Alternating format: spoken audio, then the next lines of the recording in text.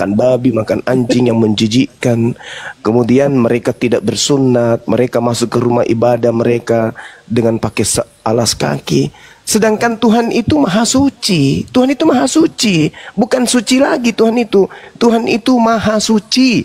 Maka ketika ingin kita beribadah kepada Tuhan, kita kudu wajib suci, kudus.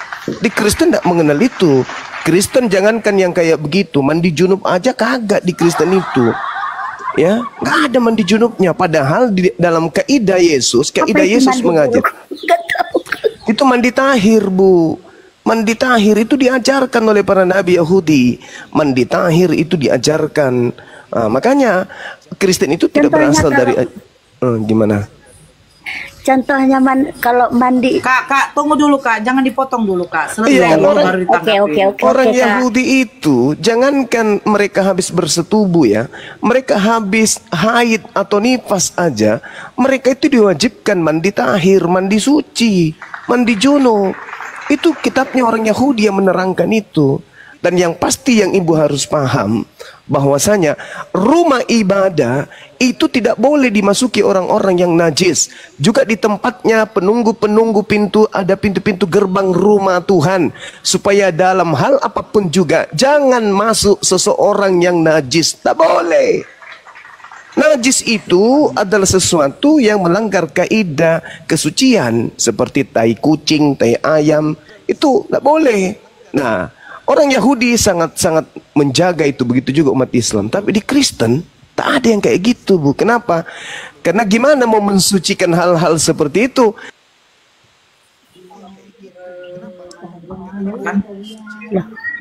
Kan?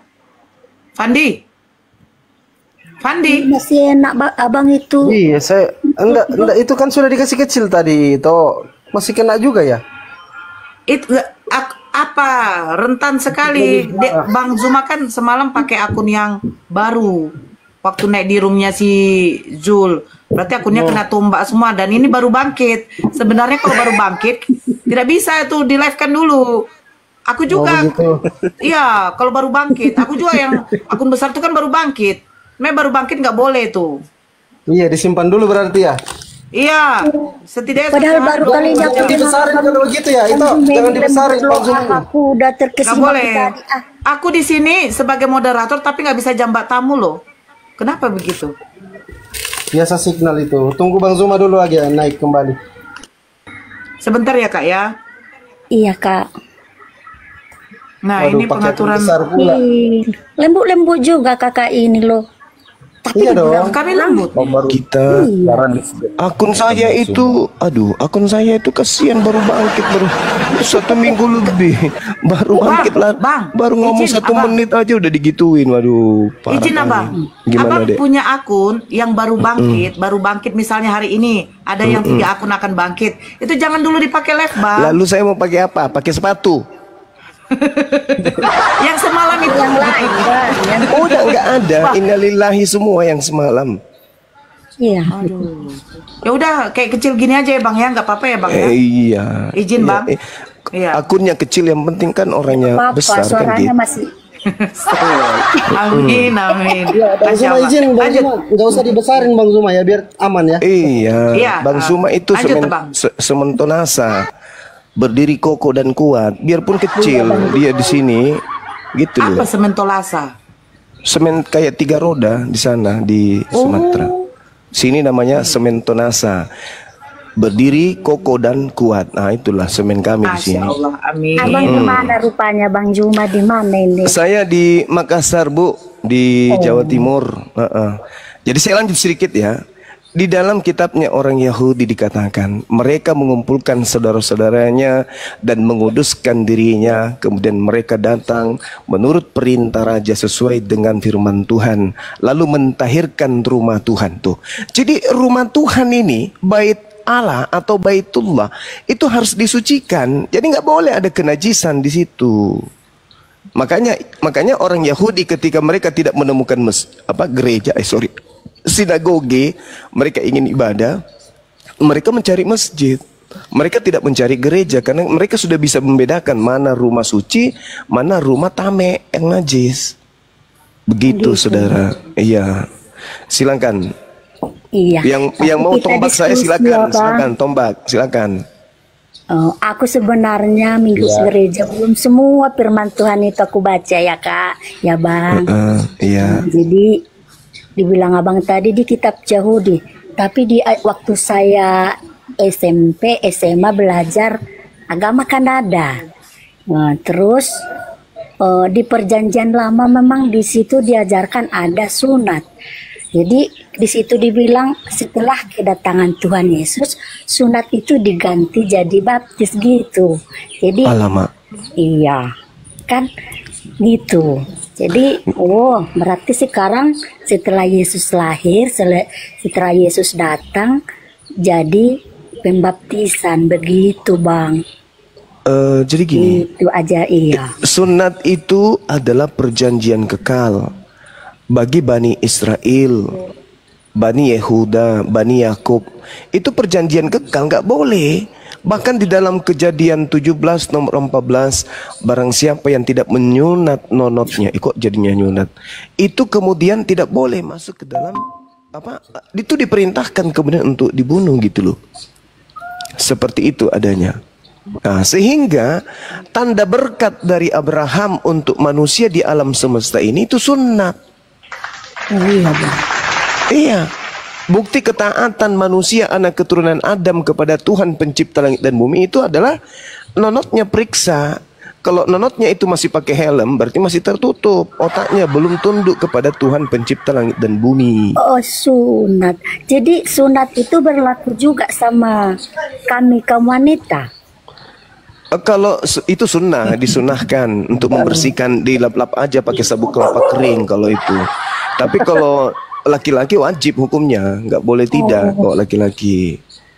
Coba ibu bayangkan ya, di dalam Yesaya 52 nomor 1, tidak boleh orang yang tidak bersunat masuk ke Yerusalem. Yesaya berapa, Bang? Yesaya 52 nomor 1. Nggak boleh kita masuk ke kota Yerusalem tanpa bersunat. Nah, nanti Yerusalem baru nggak boleh masuk ke sana. Di dalam Yehezkiel 44 nomor 9, haram hukumnya orang tidak bersunat masuk ke dalam bait suci, nggak boleh. Jadi ibu habis ini tolong cari sabuk kelapa yang kering, yang agak halus, gitu. Kenapa ketawa Mbak Nora? Kenapa Bang Kupandi juga mengut bayi saya? Kan dia dulu dia nggak pakai sabuk kelapa soalnya, jadi dia tertawa. Dia pakai kulit durian waktu itu. Kakak ketahui seperti itu. Kayak menghina kakak ini, Bukan, dia ingat sejarah hidupnya. Iya, karena serius Sejarah, Bang iya itu betul, yang ngasih kelam ya tahu. Bang ya. Yang kelam ya. Astagfirullahaladzim. Nggak apa-apa, ya kan kita namanya pun kita agama ini, kita harus mencari mana yang lebih baik kan gitu, Bang. Benar Tapi sekali. kalau kita kayak gini Betul sekali, diskusi, betul sekali.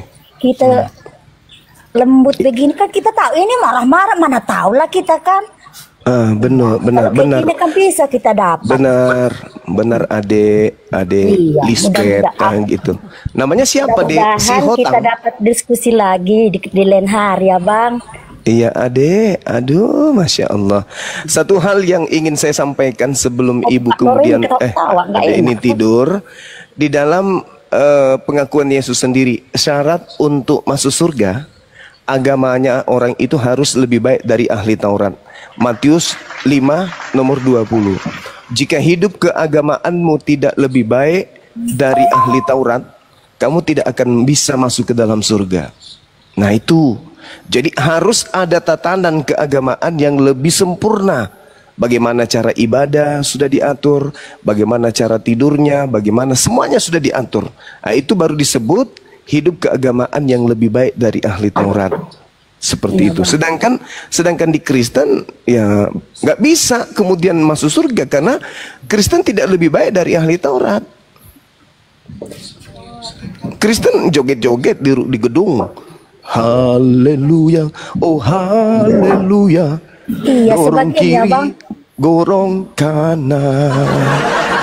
Kami memang nggak kayak gitu, Bang. Nah, pendeta teriak, kenapa yang satu teriak? Ternyata kakinya kepijak sama ibu yang di sampingnya. Ibunya berat badannya 150 kg. Ya teriaklah. Orang lagi nyanyi pun. Ketawa. Tanya, Bang. Kau Nora jangan ketawa kau itu Nora.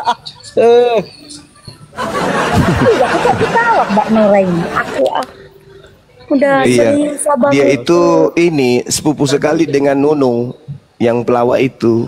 Iya ya. Nah, setiap dia tertawa pipis. Ya, semua boleh nanya, saya boleh.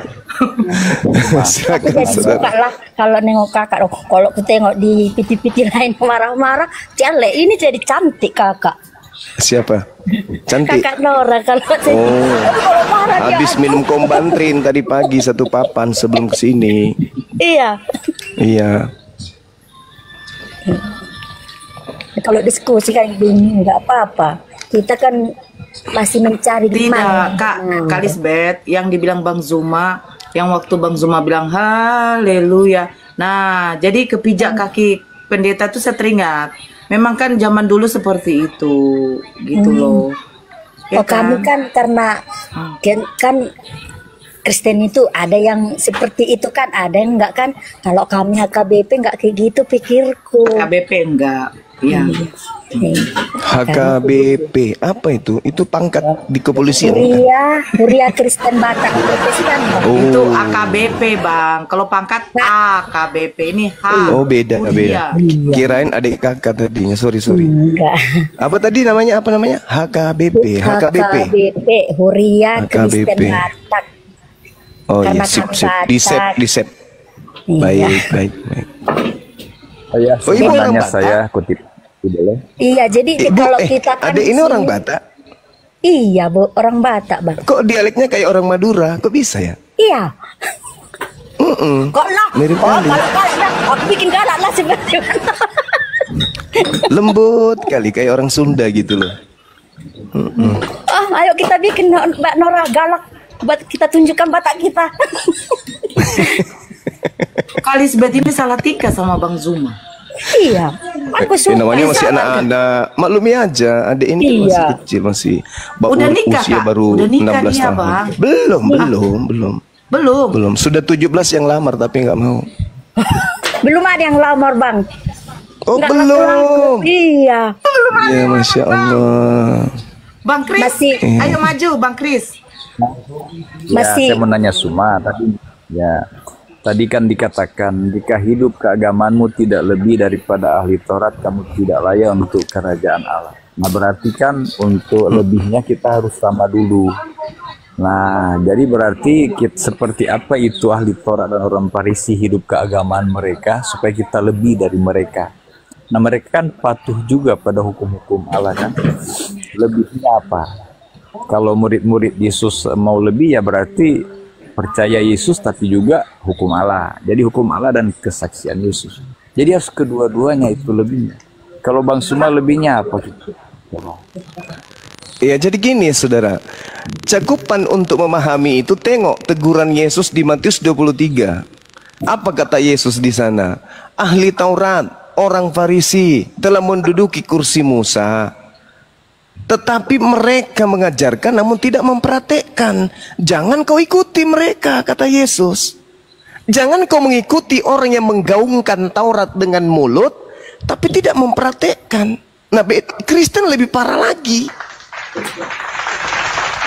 Karena Kristen telah mematikan semua hukum Taurat itu.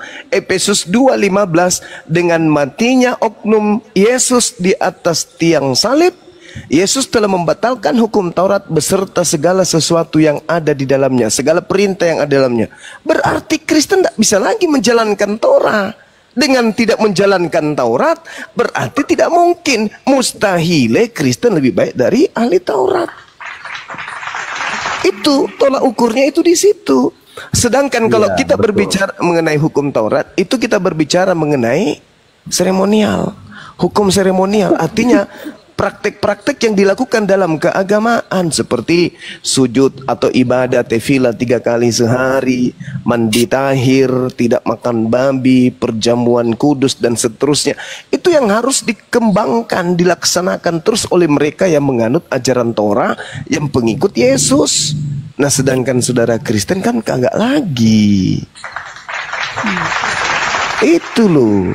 Sabat aja dirubah jadi Minggu. Gimana?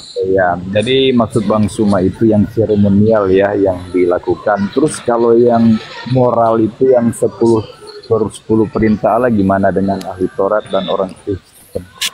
Lebih parah lagi kalau bicara itu, Bang. Salah satunya contoh misalnya nih, jangan ada ilah, sembahan lain di hadapanku. Orang Kristen sebelum nongol, tidak ada orang Yahudi kemudian yang masuk ke sinagoge menyembah anak Maria, itu tak ada. Tiba-tiba Kristen muncul mengilahkan Yesus, yang mana Yesus ini justru siang hari mengajarkan untuk mengilahkan Elohim yang ada di langit.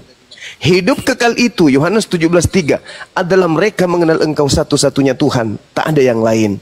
Oleh karena itu, ya Yesus harus dikenal sebagai utusan saja, jangan dijadikan sebagai ilah baru.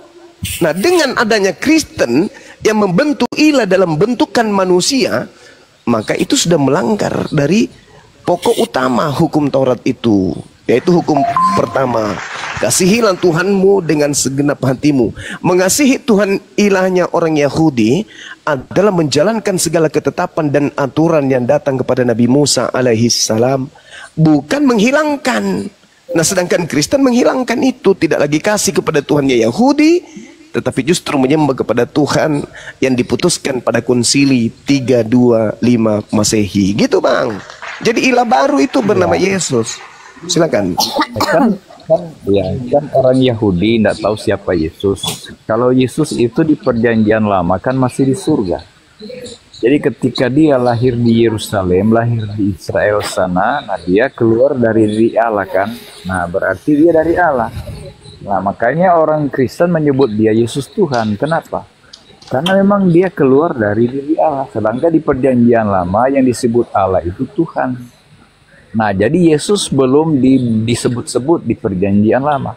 Nah ketika di perjanjian baru dia sudah menggenapi apa yang dinubuatkan.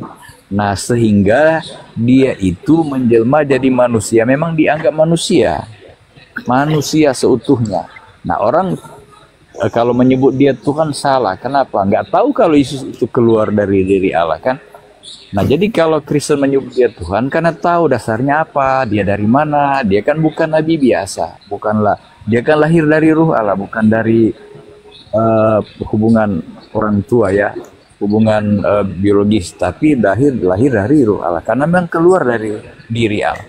Jadi itu bedanya. Kalau di perjanjian lama Yesus itu masih di surga. Makanya ketika kita menyebut Tuhan ya, ketika juga Tuhan menampakkan diri di perjanjian lama, kan Yesus itu adalah berwujud, punya tangan, punya badan.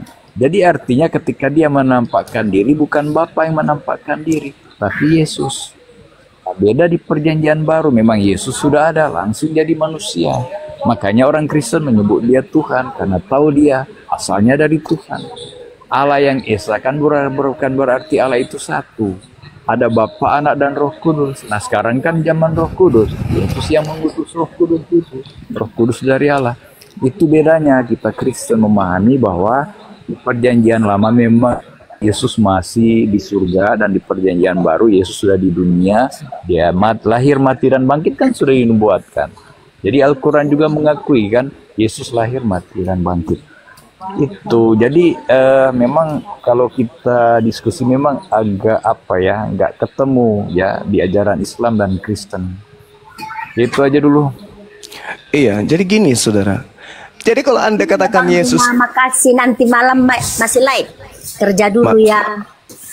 Iya deh, iya. Jangan lupa cuci kaki kalau mau masuk ke nih ya. Lepaskan besok-besok ke gereja, lepaskan sendal, lepaskan sepatu. Jangan lepaskan celana, tapi nanti diusir sama pendeta ya. Sendal aja, alas kaki. Iya, iya. Oke. Shalom. Iya, Salmon. Iya. Jadi gini, saudara, kalau Anda mengatakan bahwa Yesus itu berasal dari Tuhan sampai dia Tuhan, berarti iblis juga Tuhan dong.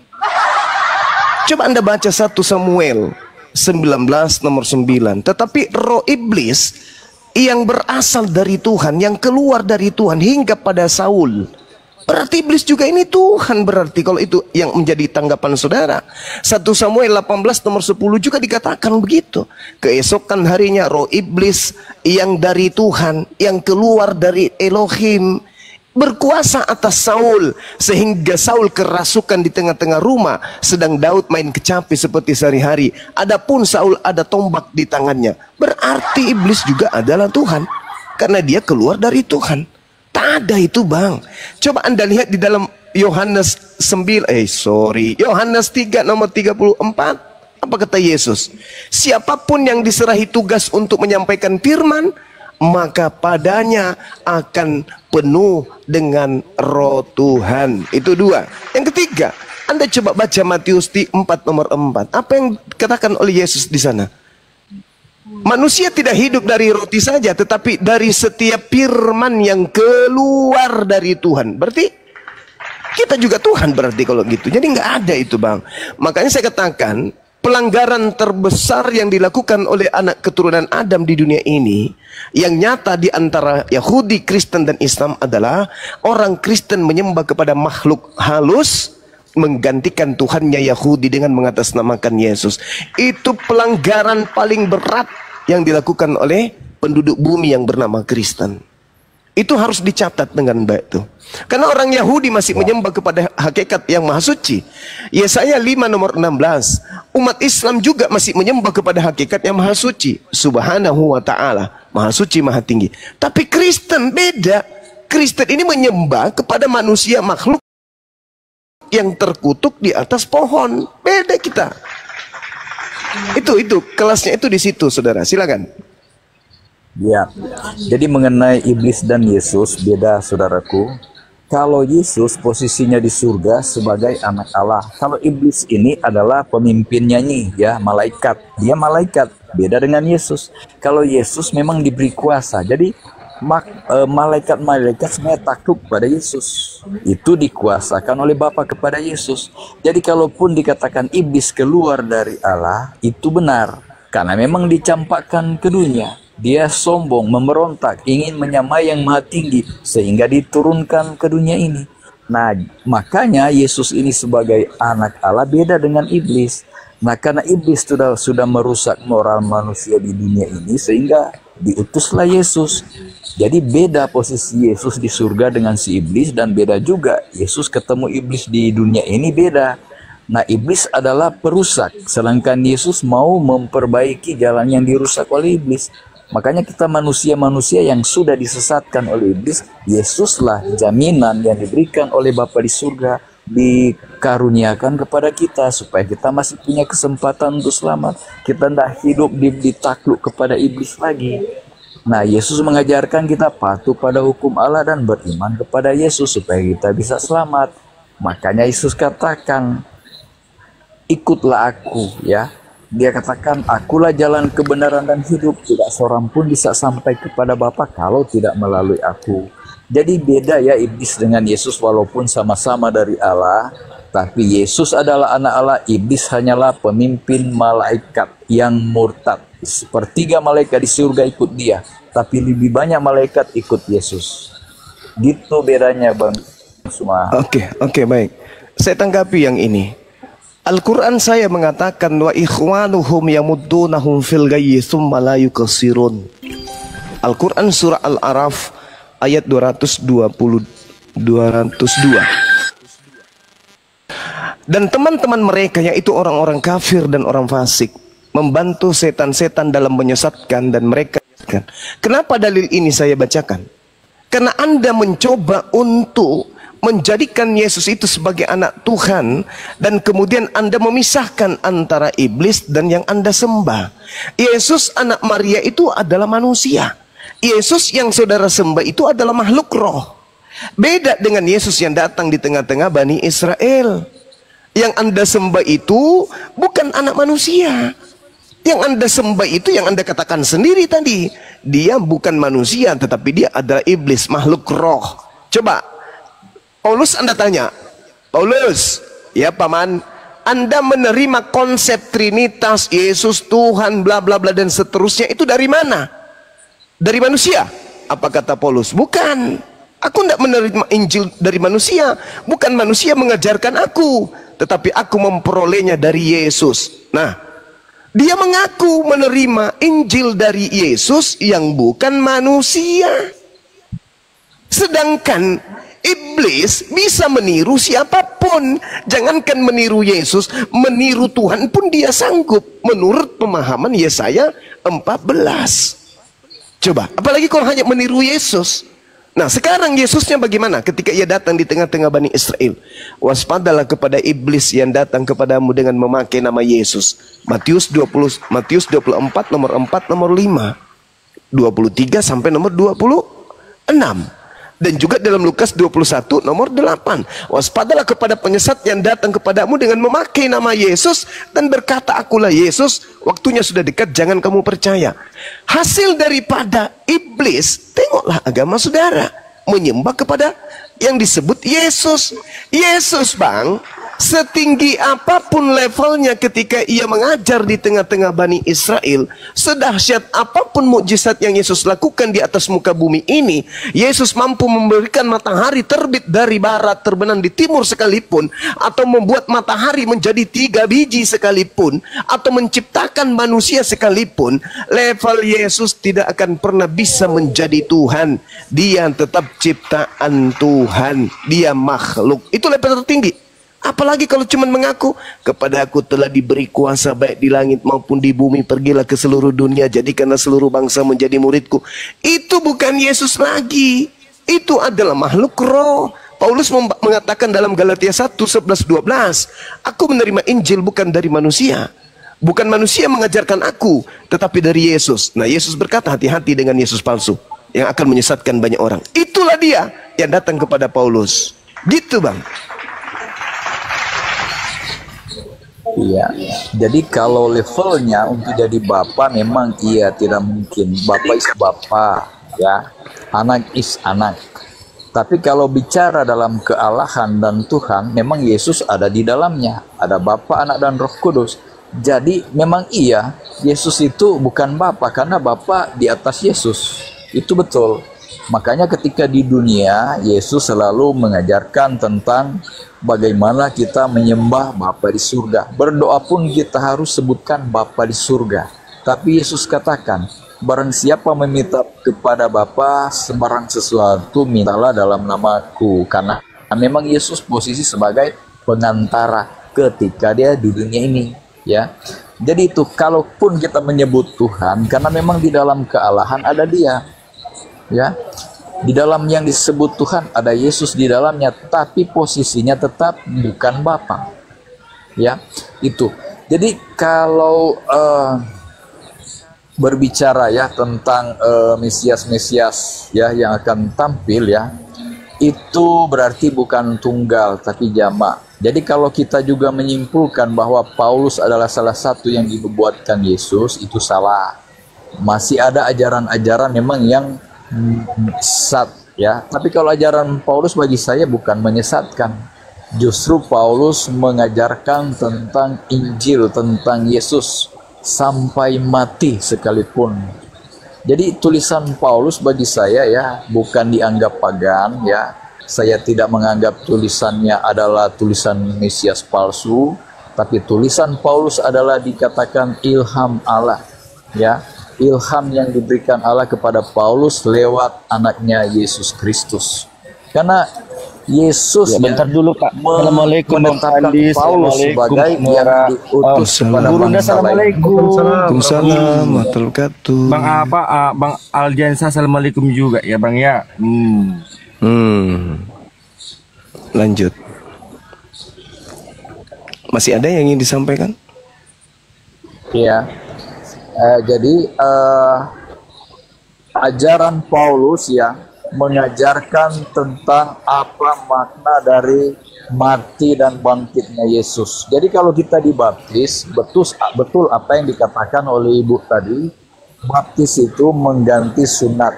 Jadi sebagai tanda perjanjian, kalau menjadi pengikut Kristus, kita dibaptis dalam nama Bapa, Anak, dan Roh Kudus. Itu adalah tanda perjanjian kekal. Itu adalah perintah Yesus kepada murid-muridnya. Itulah yang dilakukan orang-orang Kristen sekarang. Baptis dalam nama Bapa, Anak, dan Roh Kudus itu adalah pengganti sunat. Oke. Ya, lanjut. Ya, jadi gini, saudara Christian, ya saudara Chris. Anda mengatakan Yesus itu tidak pagan, Paulus itu tidak pagan, Paulus itu betul. Tidak ada orang yang dalam keadaan tertipu nih, yang mampu menyadari dirinya tertipu. Nggak ada itu. Nanti dia keluar dari lingkaran itu, baru dia sadar dirinya tertipu. Sedangkan Paulus sendiri mengatakan apa? Dalam 2 Korintus 12 nomor 16. Baiklah aku sendiri tidak merupakan satu beban bagimu. Dalam kelicikanku, aku telah menjerat kamu dengan tipu daya. Nah, bukan cuman Paulus yang mengadakan tipuan. Bukan hanya Paulus yang melakukan kelicikan. Lembaga Bible Indonesia juga melakukan kelicikan. Kenapa? Karena dia menambahkan kata tetapi kamu katakan. Padahal dalam original teks itu tidak ada tertuang kata tetapi kamu katakan. Asli dari terjemahan original teks adalah, baiklah aku sendiri tidak merupakan suatu beban bagi kamu. Dalam kelicikanku aku telah menjerat kamu dengan tipu daya. Tidak ada kata tetapi kamu katakan dalam kelicikanku. Enggak ada kata itu. Itu penambahan Bible, penambahan lembaga Bible Indonesia. Jadi Paulus mengaku bahwa aku menjerat kalian dengan tipu daya. Orang yang terjerat dengan tipu daya tidak ada yang sadar. Sama seperti orang yang terhipnotis. Sadar nggak dia pada saat sedang terhipnotis? Nggak sadar. Pada saat orang kena tipu, sadar nggak orang itu? Enggak. Nanti setelah selesai tipuan itu, ada yang menyadarkan orang tersebut, baru tersadarkan kalau dirinya ternyata tertipu. Kalau semua orang sadar akan tipuan, tak ada penipu dan tak ada yang tertipu. Inilah yang sedang saudara alami. Anda mengatakan bahwa Paulus itu adalah sesuatu yang benar, bukan ajaran paganisme. Tapi faktanya nih, Yohanes 1 nomor 51. Apa kata Yesus? Malaikat naik turun dari langit ke bumi. Mereka menemui aku yang adalah aku anak manusia. Aku anak manusia, kata Yesus. Aku anak manusia. Sedangkan Paulus berkata, aku menerima Injil dari Yesus, bukan dari manusia. Berarti sudah tergenapi. Waspadalah kepada penyesat, planos, iblis yang datang kepadamu dengan memakai namaku, memakai nama Yesus, dan berkata, akulah Mesias. Waktunya sudah dekat, jangan kau percaya. Sebab Kristus palsu ini akan menyesatkan banyak orang. Matius 24 nomor 4 nomor 5. Apa yang terjadi? 21 tahun setelah Yesus terangkat ke langit, tiba-tiba saja muncul makhluk mengaku Yesus kepada Paulus. Siapa dia? Siapa ini yang datang kepada Paulus ini? Sedangkan Yesus sudah ada di langit. Sedangkan kedatangan Yesus kedua nanti di akhir zaman ditandai dengan apa? Ditandai dengan matahari seperti sinar yang terlontar dari timur sampai ke barat. Apa tanda kedatangan Yesus yang kedua menurut Yesus? Baca Matius 24 nomor 30. Semua manusia di atas muka bumi ini akan meratap ketika anak manusia turun di awan-awan berserta dengan para malaikat. Apakah itu sudah terjadi? Tidak terjadi. Berarti yang datang kepada Paulus bukan Yesus. Inilah yang menyesatkan banyak orang. Dan orang yang banyak itu disebut Kristen. Kalian korban penyesatan. Nah itu bang yang ingin saya sampaikan. Silakan. Silakan. Ya. Ini baca baik-baik ya kisah para rasul ya. Di kisah para rasul bukan dikatakan Yesus atau Mesias palsu yang ketemu Yesus, tetapi cahaya dari langit dan suara Yesus berkata. Jadi bukan Yesus yang turun Bang Suma. Dari langit berarti dari atas cahaya turun dan suara Yesus berbicara. Nah itu jangan kita salah ini tafsir ya. Baca di kisah para rasul. Bukan Yesus palsu yang menampakkan diri, tetapi ada cahaya dari langit dan suara Yesus berkata. Jadi Saulus, nah itu. Jadi demikian juga berbicara dengan murid-murid Yesus yang menerima Paulus.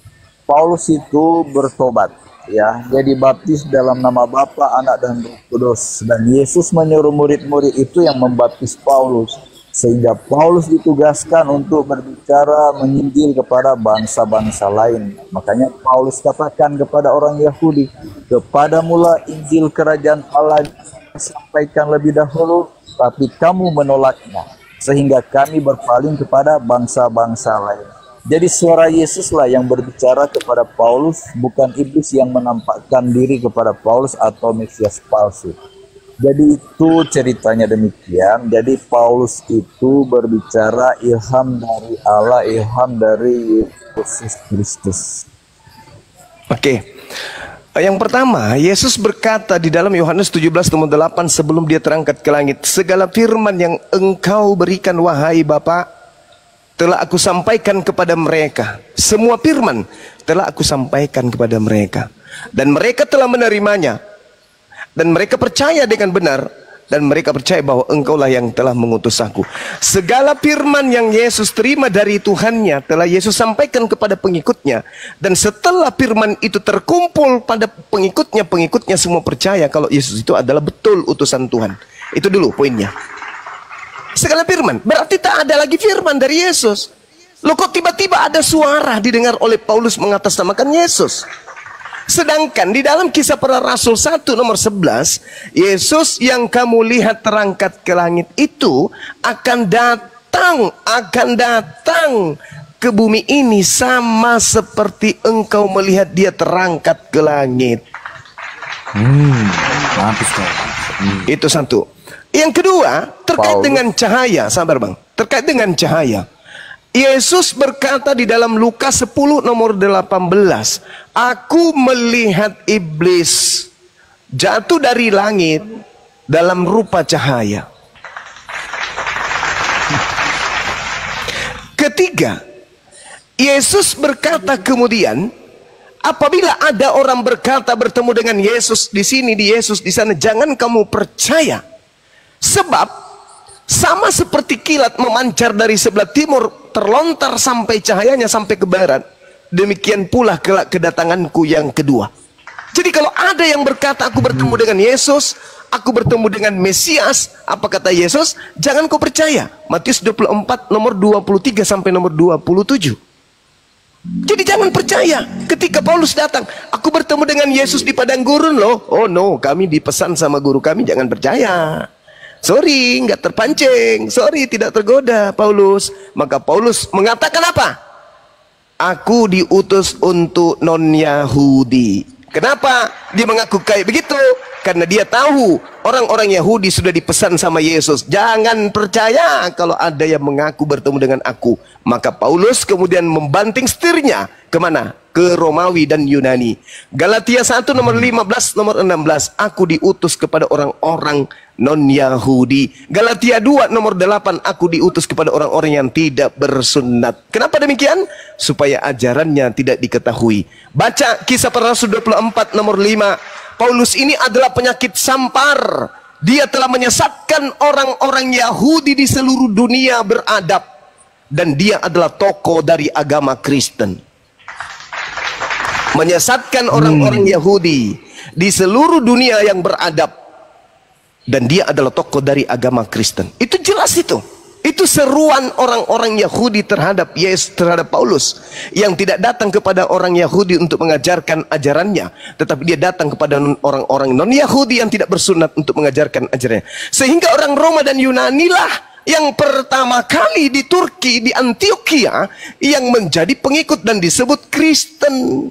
Setahun bersama-sama dia dengan di sana di Antioquia, pertama kali pengikut Kristus disebut Kristen. Siapa Kristus? Makhluk yang datang kepada Paulus yang bukan manusia. Jadi dalam konsep kaidah Kristus itu ada dua. Di dalam Islam juga sama. Ada yang Al-Masih, ada yang ada Al-Masih yang adalah Isa Al-Masih, ada juga Al-Masih yang adalah Dajjal. Dajjal ini adalah anti Kristus, anti terhadap orang-orang yang diurapi Tuhan.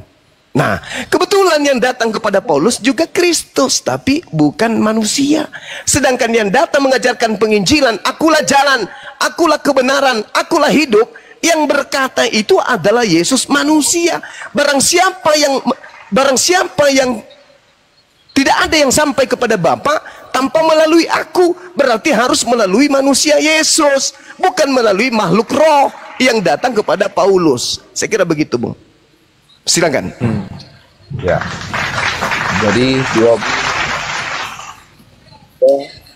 jadi ada 12 murid Yesus ya, yang dipakai Yesus dengan kuasa Roh Kudus. Mereka membaptis Paulus. Jadi Anda nyatakan bahwa baptisan itu apakah tidak sah, sedangkan 12 murid Yesus adalah yang dipilih Yesus. Nah, sehingga mereka menerima Paulus menjadi bagian dari murid Yesus, dan Paulus mengabarkan Injil kebenaran, Injil kerajaan Allah ke semua bangsa. Apakah tidak sah murid-murid Yesus telah membaptis dia? Apakah Yesus akan menyalahkan murid-murid kenapa membaptis Paulus? Sedangkan Paulus juga dihami oleh kuasa Roh Kudus berbicara atas nama Allah. Jadi kalau Anda menganggap bahwa baptisan daripada murid-murid Yesus kepada Paulus itu tidak sah atau salah, dan menyatakan Paulus itu adalah penyesat, nah Anda akan pertanggungjawabkan di hadapan Yesus, di hadapan murid-murid Yesus akan pertanggungjawabkan, karena mereka lah yang membaptis Paulus. Adakah Roh Kudus yang turun kepada murid-murid Yesus adalah bukan dari Allah? Oke, saya jawab. Jadi satu hal yang perlu saudara pahami di sini, saudara Chris. Yesus tidak pernah membaptis siapapun. Itu dulu. Kalaupun Yesus memerintahkan membaptis, pada zamannya Yohanes Pembaptis hanya membaptis dalam nama Bapa. Itu camkan itu baik-baik. Siapa yang memerintahkan kemudian baptislah dalam nama Bapa, Anak dan Roh Kudus, itu bukan Yesus lagi, Bang. Itu bukan Yesus lagi. Itu bukan Yesus lagi. Itu adalah makhluk yang keluar dari kubur. Sekali lagi saya katakan, kalau penyaliban terhadap Yesus itu tak ada, maka yang keluar dari kubur itu bukan Yesus. Kalau penyaliban terhadap Yesus itu tak ada, maka yang mengajarkan ke seluruh bangsa jadikan orang menjadi pengikutnya itu bukan Yesus. Kalau penyaliban terhadap Yesus itu tak ada, berarti ajaran Kristen dan kerasulan Paulus itu bukan berasal dari Yesus. Sekarang permasalahannya di mana?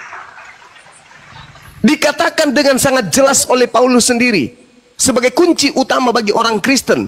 Apa itu? Galatia 3 nomor 13. Kristus telah menebus Kristen dari kutuk hukum Taurat dengan jalan menjadi kutuk. Sebab ada tertulis, terkutuklah orang yang mati di atas tiang salib. Ini kuncinya. Apakah Yesus itu dikutuk? Mustahil. Apa sebabnya Yesus dikutuk? Dia orang suci, dia orang benar, dia orang yang menjalankan kemudian perintah-perintah Tuhan. Dia adalah orang yang dikasihi. Bapa tidak membiarkan aku seorang diri. Yohanes 8 nomor 29. Sebab aku senantiasa melakukan apa yang berkenan dalam diri Bapa. Pekerjaanku adalah melakukan pekerjaan apa yang diperintahkan oleh Bapa. Perkataanku adalah perkataan yang berasal dari Bapa. Semua yang aku katakan, semua yang aku kerjakan, semua tertuntun dari ajaran Bapa. Makanya aku mengatakan aku dan Bapa adalah satu. Oleh karena dia dan Bapa adalah satu, haram hukumnya Yesus itu dibunuh. Apalagi dengan cara terkutuk. Nah, ini yang perlu saudara pahami. Jadi ketika Yesus yang adalah orang suci, Yesus yang adalah orang benar, Yesus yang menunjukkan jalan kebenaran dan hidup kepada Bani Israel, Anda katakan dibunuh, Anda sudah salah konsep. Yang dibunuh itu adalah pengganti Yesus. Yang keluar dari kubur itu bukanlah Yesus. Yang mengajarkan ke seluruh dunia untuk mengajarkan Yesus itu adalah Tuhan, itu bukan Yesus. Yesus tidak pernah membaptis siapapun. Jangankan membaptis manusia, membaptis seekor kucing aja kagak. Membaptis seekor gajah kagak. Tidak.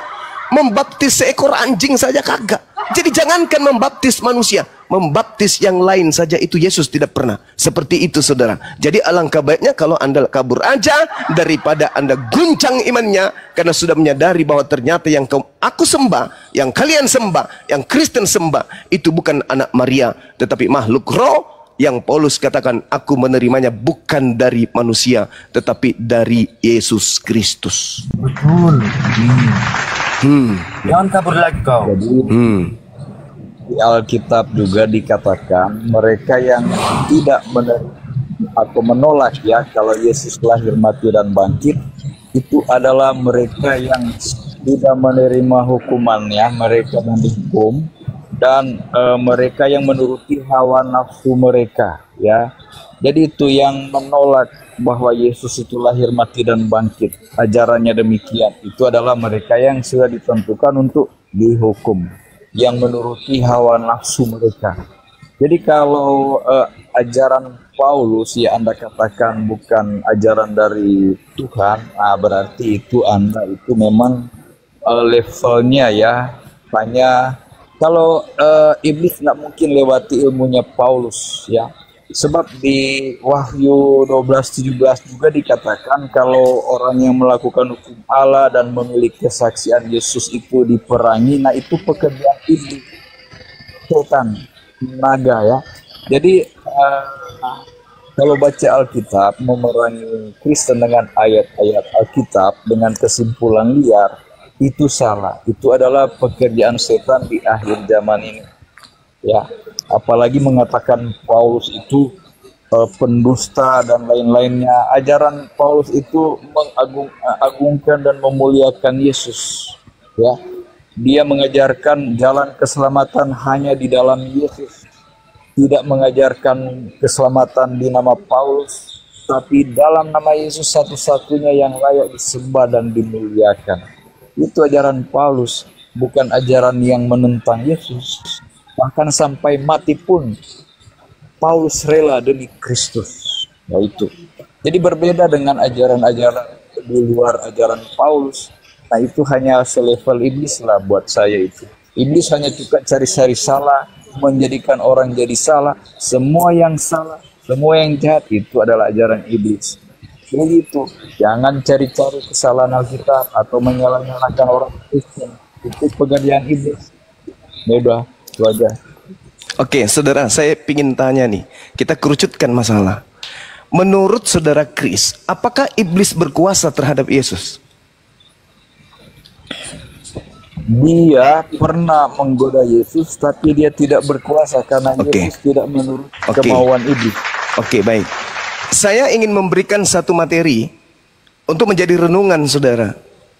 1 Yohanes 3 nomor 8 Anda harus percaya. Itu kitab saudara.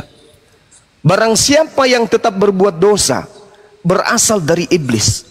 Sebab iblis berbuat dosa dari mulanya. Untuk itulah Yesus menyatakan dirinya.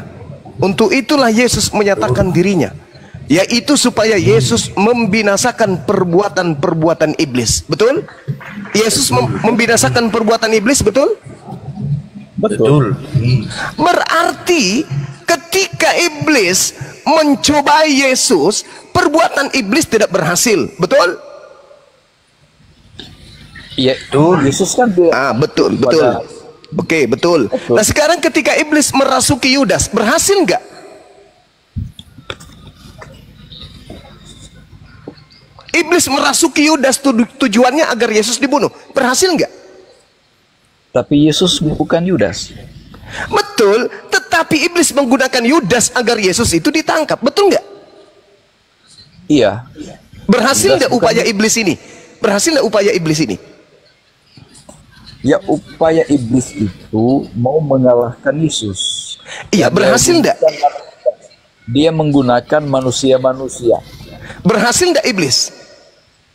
Nah, kalaupun berhasil apa yang dilakukan iblis itu memang sudah dinubuatkan. Nah, itu berarti bertentangan dengan pengakuan Yesus. Yesusnya sendiri yang berkata dalam Yohanes 14 nomor 30, tidak banyak lagi aku berkata-kata dengan kamu, sebab penguasa dunia ini datang dan iblis tidak berkuasa sedikit pun atas diriku.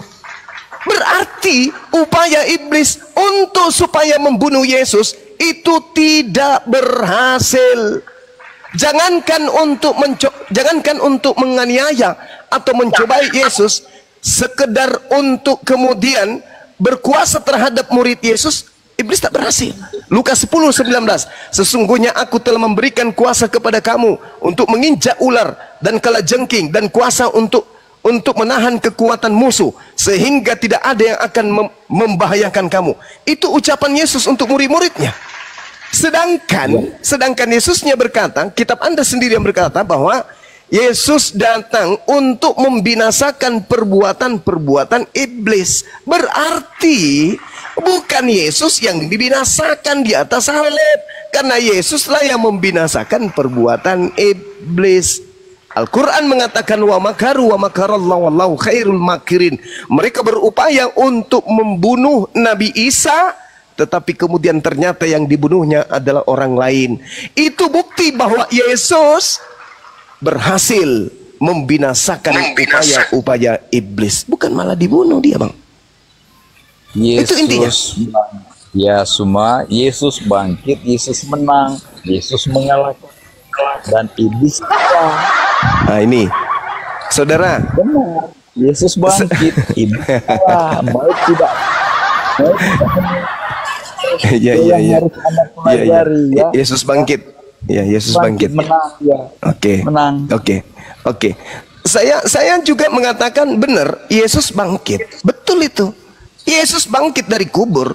Tapi Yesus yang bangkit dari kubur itu bukan anak Maria. Yesus yang bangkit keluar dari kubur itu adalah yang diterangkan kemudian oleh Yesus di dalam Yohanes 12 nomor 31. Sekarang berlangsung penghakiman atas dunia ini, sekarang juga penguasa dunia ini akan dilemparkan keluar dari kubur. Itu. Oke.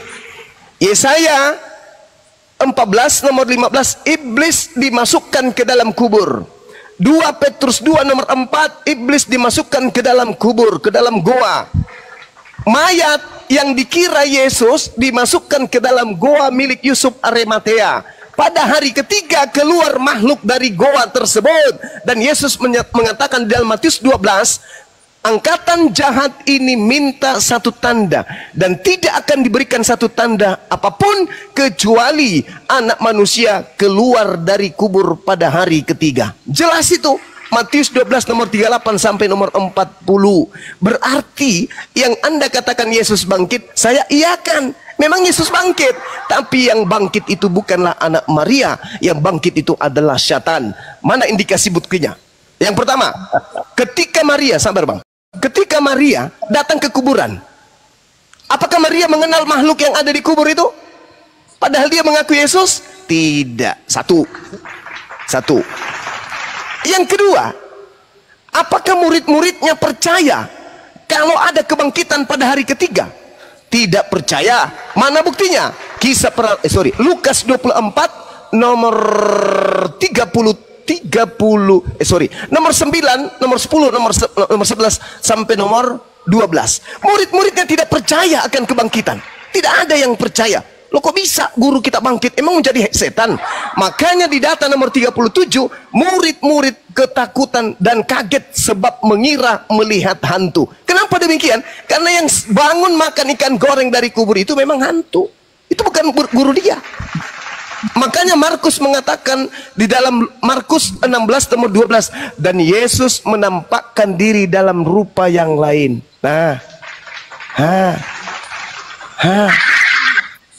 Karena konsepnya Yesus yang dikubur, tapi yang keluar dikubur kok beda dengan muka Yesus anak Maria yang dia bangkit dalam rupa yang lain ternyata. Padahal pada saat Lukas 4 menceritakan nomor 6 sampai nomor 13, di situ Yesus dicobai oleh iblis. Apa kata iblis? Yesus, kepadaku telah diberi kuasa di bumi, dan aku berhak memberikan kepada siapapun yang aku kehendaki. Sembah aku Yesus, aku berikan kuasa itu. Apa kata Yesus? Tidak berhasil. Hanya kepada Allah saja engkau mengabdi, kata Yesus. Nah, di data 13-nya, ketika iblis tidak berhasil kemudian mengecoh Yesus, iblis mundur dari Yesus menunggu waktu yang tepat. Mana waktu tepatnya? Ketika kemudian tak berhasil Yesus ini dibunuh, yang dibunuh inilah, yang digantung di salib inilah yang kemudian menjadi alat iblis untuk menyesatkan seluruh umat manusia. Maka yang keluar dari kubur bukan anak Maria. Yang keluar dari kubur adalah Yesus, tetapi dia adalah iblis yang menggunakan nama Yesus. Di mana buktinya? Yesus mengatakan dalam Matius 24 nomor 5, waspadalah kepada iblis yang datang kepadamu dengan memakai nama Yesus, dan dia akan mengaku akulah Mesias, dan akan menyesatkan banyak orang. Yang keluar dari kubur mengaku Yesus, mengaku Mesias, dan mengajarkan kepada orang untuk menjadi pengikutnya. Apa yang terjadi? Sembahnya kepada 3 pribadi, sembahnya kemudian kepada anak manusia, sembahnya kemudian di dalam gereja tempat orang yang makan babi, tidak bersunat, dan seterusnya. Dan apa akibat dari semua itu? Matius 7 nomor 22 nomor 23, bukankah kami telah bernubuat, wahai Yesus, mengusir setan pakai namamu, wahai Yesus, bermujizat juga pakai namamu, wahai Yesus. Pada hari itulah aku Yesus yang asli akan berterus terang kepada mereka yang menyembah Yesus palsu, enyahlah daripadaku, kalian semua adalah pembuat kejahatan, aku Yesus asli tidak mengenal kalian. Itu fakta real. Itu fakta real. Itu fakta real, Bang. Yang diusir adalah pengikut nabi palsu, Mesias palsu. Di mana Yesus mengatakan dari buahnya kau bisa melihat pengikut Yesus palsu itu. Apa? Memanggil aku Tuhan, bermujizat pakai namaku, mengusir setan pakai namaku, bermujizat pakai namaku, tapi mereka tidak melakukan kehendak Bapakku. Kehendak Bapakku ibadah Sabat, kehendak Bapakku jangan makan babi, kehendak Bapakku sembah dia saja, kehendak Bapakku kemudian bersunat, kehendak Bapakku jangan ada ilah lain. Tetapi ada sekelompok orang yang memanggil aku Tuhan, bermujizat, bernubuat, mengusir setan pakai namaku, namun kesehariannya, ritual agamanya bukan berdasarkan atas kehendak Bapakku yang telah mengutus aku. Mereka melakukan kehendak bapaknya yang adalah iblis, tapi membawa-bawa namaku, makanya aku usir. Itu fakta real. Itu fakta real tertulis di dalam kitab saudara, dan Al-Quran datang belakangan menyatakan wa ikhwanuhum yamuddunahum fil gayyi thumma la yuqsirun wa iyad'una illa syaitanan marida. Yang mereka sembah, orang-orang kafir sembah, yang mereka ibadahi di hari Minggu itu, kata Quran, hanyalah setan yang terkutuk. Silakan Anda renungkan, silakan Anda pelajari Bible. Demikian. Ya, saya akan renungkan, tapi dari kesimpulan Anda ya, bercampur kebenaran dengan kesalahan yang diputarbalikkan oleh iblis. Sejak semula ya, iblis mengutip firman Allah sejak mengira Hawa, dia mencampur Pak Kris, percaya kok sama mayat hidup. Aku nggak percaya sama mayat hidup loh. Zombie. Bentar dulu. Nah, jadi ketika diriwayatkan di Alkitab Yesus lahir dan bangkit, ya, Anda mencampur aduk dengan ajaran iblis ya, yang memutarbalikkan kebenaran, ya. Sudah jelas di Alkitab itu Yesus ada saksinya. Ketika dia mati bangkit, ada ibunya, ada imam-imam melihat Yesus disalibkan, ada yang menombak dan lain-lain, banyak saksinya. Nah, kitab yang Anda baca menyangkal kematian kebangkitan Yesus itu adalah pekerjaan iblis, mencampuri kebenaran dengan dusta, ya. Nah, banyak hal di ajaran kalian itu ya menyimpang dari kebenaran Alkitab. Yang lebih dulu adakan Taurat dan Injil, bukan kitabmu. Jadi banyak hal yang diputarbalikkan di kitab kalian. Dikatakan Yesus Pak Kris. Yesus itu meninggal apa menyerahkan nyawanya, Pak Kris? Jangan dipotong dulu. Bentar, ya. Bang Menora Kristen atau Muslim, Bang Menora? Muslim. Ya, di-mute dulu, Bang, di-mute. Nah, jadi kalau kita baca Alkitab ya, jangan kita simpulkan sesuai dengan ajaran agama Anda. Saya juga kalau baca satu ayat saja, kalau diizinkan ya, dalam Al-Quran menyebutkan, kalau diizinkan ya host ya, ada bunyinya demikian ya. Hai ahli Alkitab, jika kamu tidak menegakkan ajaran-ajaran Taurat, Injil dan firman Tuhan, maka kamu tidak dipandang beragama. Gimana itu kita mau menafsirkan itu? Kalau ajaran Taurat tidak ditegakkan dan ajaran Injil, gimana host? Siapa yang bisa jawab saya? Saya yang bisa jawab. Ya, silakan. Oke. Al-Quran mengatakan, ya ahlal kitab, kamu tidak dipandang beriman sebelum kamu menegakkan hukum Taurat. Kristen menegakkan hukum Taurat? Enggak. Berarti nggak bisa dipandang beriman. Islam Dan ada- menegak, gimana? Kalau di Islam menegakkan Taurat enggak? Taurat itu kitabnya orang Yahudi, hukum Tuhan dari langit yang dikhususkan spesial untuk Bani Israel. Al-Quran surah Al-Araf ayat 144, 145, Ulangan 33 nomor 4, Mazmur 147. Itu hukum Taurat spesial hanya untuk Bani Israel saja. Maka mereka tidak dipandang beriman kalau mereka tidak menegakkan hukum Taurat itu. Bukan yang menegakkan orang Kristen. Orang Kristen memang bukan pemilik hukum Taurat. Lalu kemudian, dan tidak dipandang beriman ketika tidak menegakkan Injil yang datang kepada Nabi Isa alaihissalam. Apa Injil yang datang kepada Nabi Isa alaihissalam? Hikmatnya adalah mengajarkan Bani Israel yang meninggalkan hukum Taurat untuk kembali kepada Taurat. Itulah Injil. Sedangkan Kristen ini bukan pengikut Injil. Kristen ini pengikut Bible. Surat-surat yang dituliskan oleh orang-orang yang jauh hidupnya setelah Yesus, yang bukan pengikut Yesus. Dia tidak pernah bertemu dengan Yesus, bukan pelayan firman, bukan orang yang bertemu langsung dengan Yesus. Sedangkan di dalam Markus 1 nomor 14 jelas dikatakan apa di sana? Yesus pergi ke Galilea mengajarkan Injil kerajaan Allah. Sudah pasti yang diajarkan oleh Yesus bukan Lukas, Markus, Matius, Yohanes, Roma, Filipi, Kaliki, Kaluku, Pararam, Padale. Itu sudah pasti bukan yang diajarkan oleh Yesus. Sedangkan di dalam Kisah Para Rasul 8 diceritakan ketika di dalam Yohanes 1 nomor 53 Yesus memanggil kemudian Filipus. Filipus, ikutlah denganku. Filipus ikut dengan Yesus dan kemudian Filipus mengajarkan Injil Yesus. Tertulis di dalam Kisah Para Rasul 8. Jadi Filipus mengajarkan Injil Yesus, bukan mengajarkan Injil Lukas, Injil Markus, Injil Matius, Injil Yohanes, bukan. Nah, mana Injil-Injil itu? Harus ditegakkan. Sayangnya Injil itu kata Allah, ya ahlal kitab, lima talbisunal haqqa bil batil wa taktumul haqqa wa antum ta'lamun. Fawailul lillazina yaktubunal kitaba bi aidihim thumma yaquluna hadza min indillah. Celakalah mereka yang menulis buku dengan tangan mereka sendiri dan berkata itu adalah Injil dari Allah, padahal sesungguhnya itu bukan Injil. Inilah yang kalian pegang sekarang. Kenapa saya masih menggunakan? Karena kitab Anda itu dituliskan berdasarkan hasil penyelidikan. Peristiwa, keadaan, kejadian yang terjadi pada masa itu. Nah, artinya apa? Selayaknya surat kabar, ada berita yang isinya betul, ada juga yang tidak betul. Tetapi sebenar-benarnya, sebetul-betulnya, seakurat-akuratnya pemberitaan dalam surat kabar tidak bisa duduk selevel dengan kalam Allah atau firman Allah. Itu yang perlu saudara pahami. Jadi orang Yahudi, orang Nasara harus menegakkan hukum Torah dan juga Injil, bukan Bible tapinya, dan bukan Kristen. Demikian. Oke. Jadikan Adam nabimu, Tuhannya Adam satu dengan Tuhanmu. Abraham, Nuh dan Isa juga adalah nabimu juga. Daud juga nabimu. Berarti Tuhan mereka satu. Berarti Tuhanku, Tuhan Islam juga satu. Pertanyaan saya, di mana Islam menegakkan Taurat yang diberikan oleh Allah kepada Nabi Musa? 10 perintah Kalau Allah. Tuhan banyak, ada Tuhan nenek, Tuhan kakek, Tuhan itu, Tuhan anak.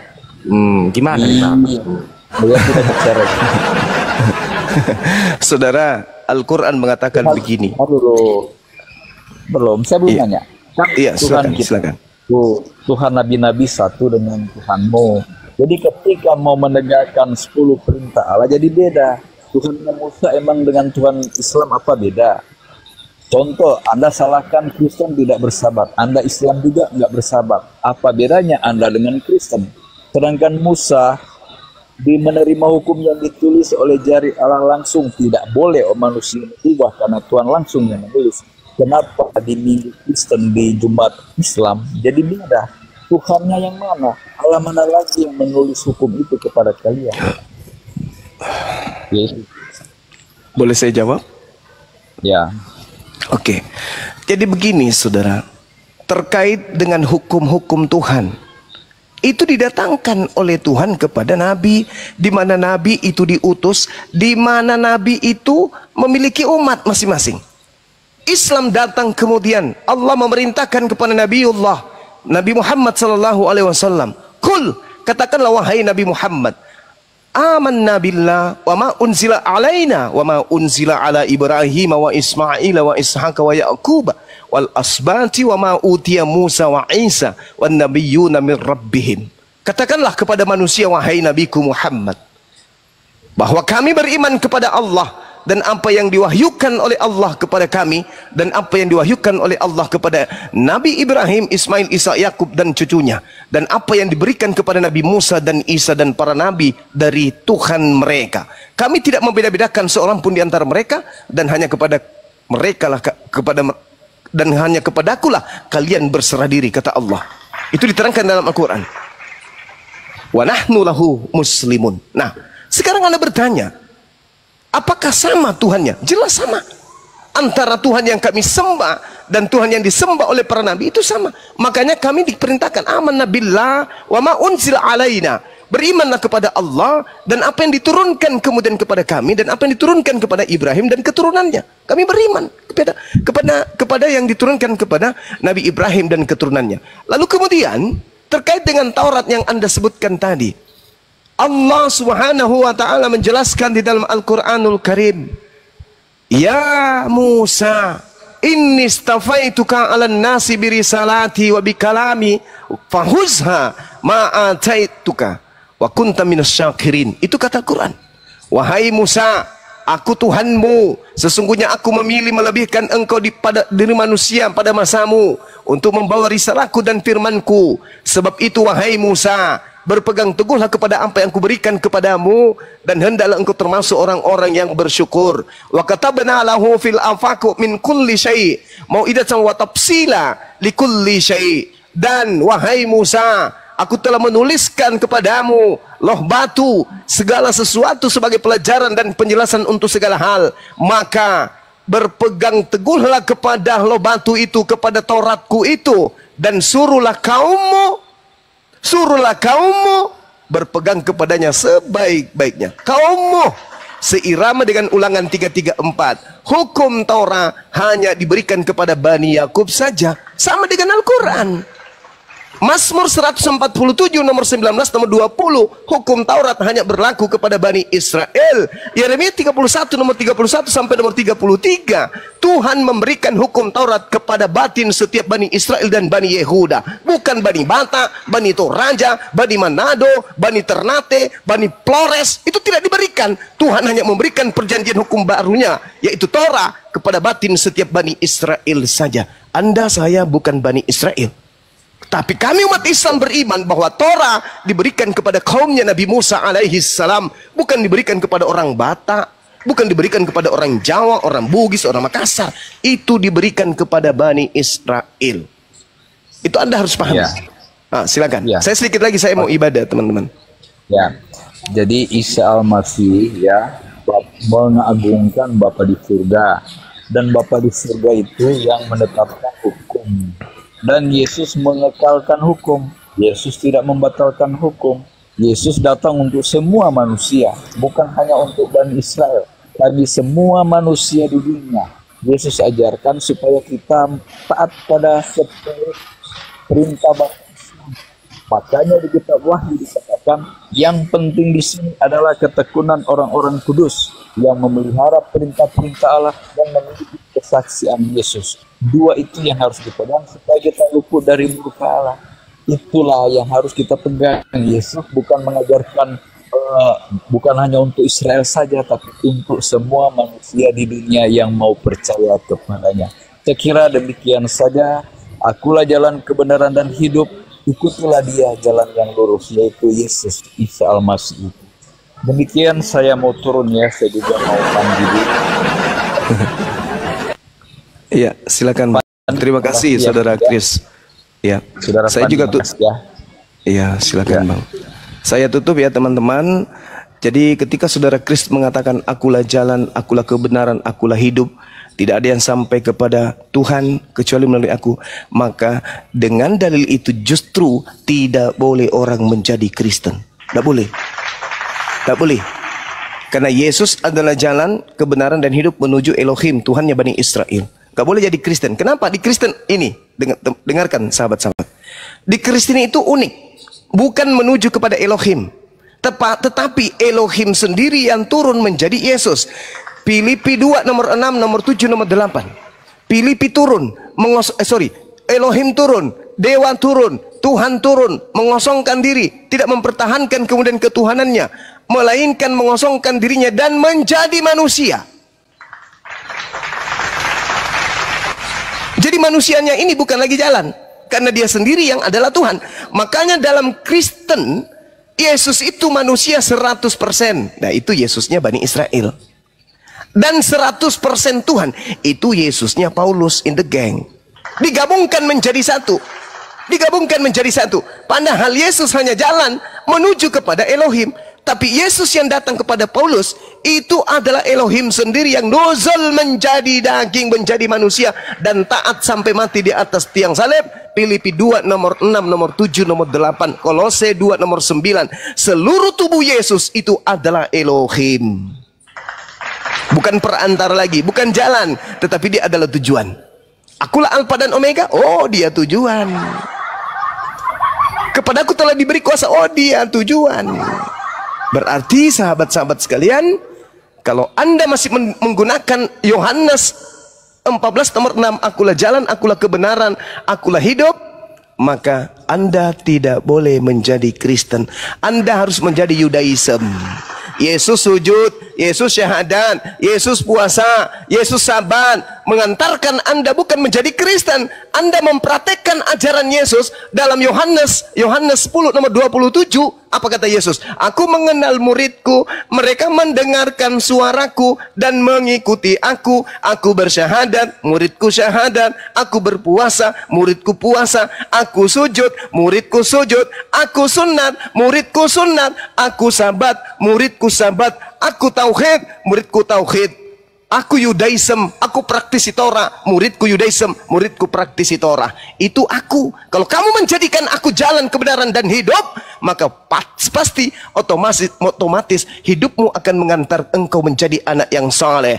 Ibrani 5 nomor 7. Sebagai manusia, Yesus telah mempersembahkan dirinya untuk taat kepada Dia yang sanggup menyelamatkannya dari kematian. Dan atas kesolehannya, doa Yesus untuk jangan disalib itu dikabulkan.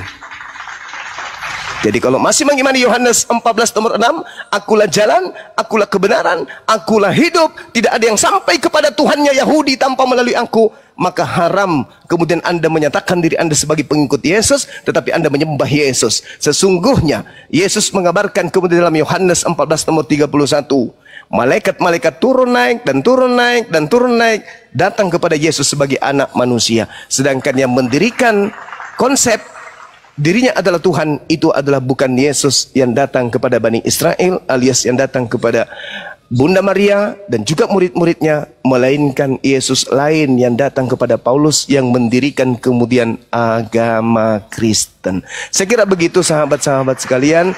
Saya izin dulu untuk ibadah salat asar sejenak. Sudah siap. Ya, semoga apa yang kita sampaikan bisa menjadikan edukasi kepada sahabat-sahabat yang kalau nanti ada saudara Kristen yang kurang berkenan dengan penjelasan saya, jadwalkan kita berdiskusi. Mau di sini, mau di Komal manapun, saya akan hadir membuktikan bahwa Yesusmu dan Yesusku berbeda. Yesus yang kami imani adalah yang datang ke tengah-tengah Bani Israel sebagai nabi, sebagai rasul untuk Bani Israel yang menegakkan hukum Taurat, sedangkan Yesusmu adalah makhluk roh yang datang kepada Paulus yang kau sembah siang dan malam, yang pada endingnya kelak akan mengusir kalian sendiri. Demikian, subhanakallahumma wa bihamdi asyhadu an la ilaha illa anta astaghfiruka wa atubu ilai. Salam tauhid, salam satu Tuhan, jayalah Islamku, jayalah Indonesia kita. Hati-hati Dinda Yoga di mobil, jangan sampai Anda menabrak makhluk roh. Demikian, silakan dilanjut. Dengar kau itu Kak Nora, jangan menyembah Yesus lagi Kak.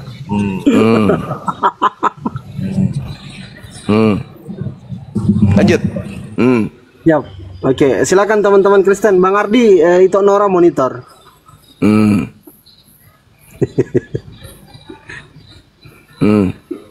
Bang Ardi, itu Nora monitor. Ya, aku monitor. Kenapanya suara kayak gitu ah? Bang Habis. Zuma mau sholat dulu ya, Bang Zuma mau sholat dulu. Bang Ardi, monitor Bang Ardi. Ikuti sama Yesus suaranya. Hmm.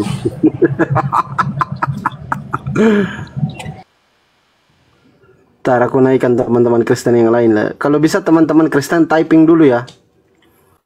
Bang, aku Kristen bang, tolong dinaikkan gitu. Biar terjadi dialog. Itu Nora masih monitor kan?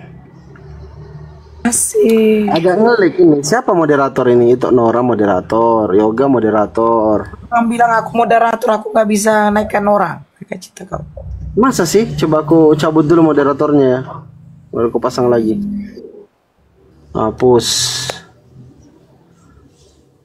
Gimana ini?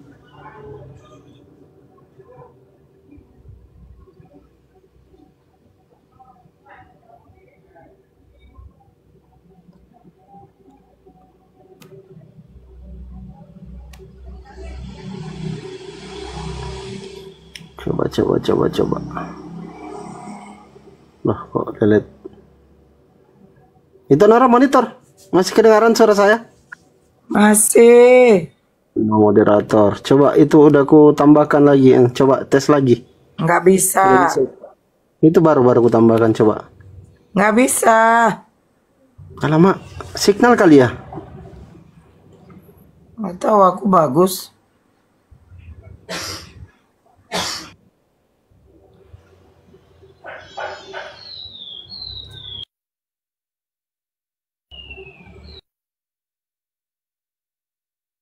Udah loh, udah semua dicentang udah. Nggak bisa. Ubah pengaturan status live, undang teman, tidak tersambung. Udah bisa loh semua loh itu. Itu biasanya bisa kan? Tadi malam kan bisa, ini kenapa nggak bisa lagi? Ya biasanya signal itu. Lagi enak, coba kita naikkan lagi enak. Susah kali Kristen. Selamat sore, Lagena. Habis kali suaramu itu. Iya. Lagena. Bang Ardi nih di mana Bang Ardi? Tumben Bang Andi nggak muncul ya sore ini ya. Kemana Bang Andi? Yang di Biasanya ada Bang Andi.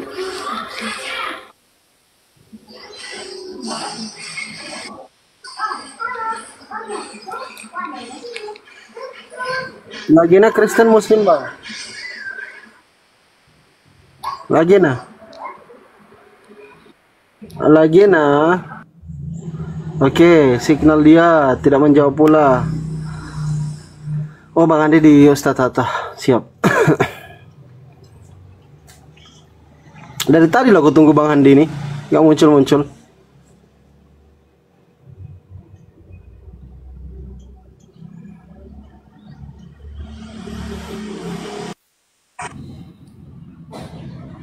Assalamualaikum warahmatullahi wabarakatuh.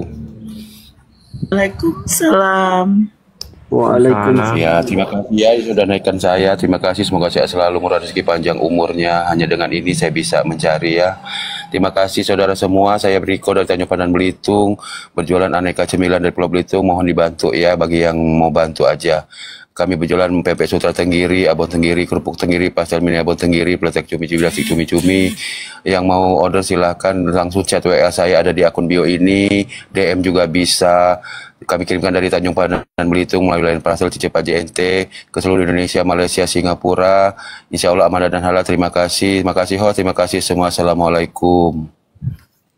Waalaikumsalam warahmatullahi wabarakatuh. Silakan saya host sudah. Siap. Teman-teman Kristen silakan ya yang mau naik bincang-bincang santai kirim permintaan.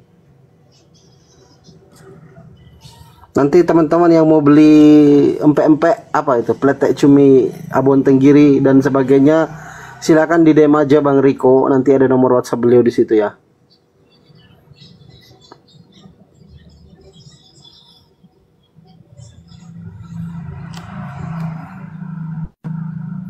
Silakan Bang Tesalonika kalau mau naik kirim permintaan aja Bang. Gak usah takut dibawa kayak anak kecil kayak bocah. Silakan Bang. Biasanya orang Batak itu nyalinya besar.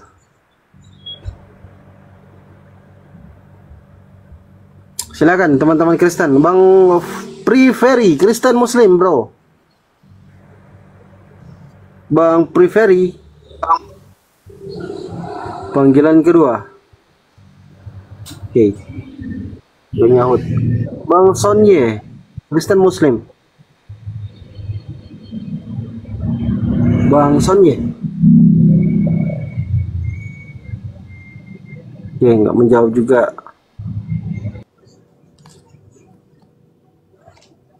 Mana lagi nih? Berat kali handphoneku ya.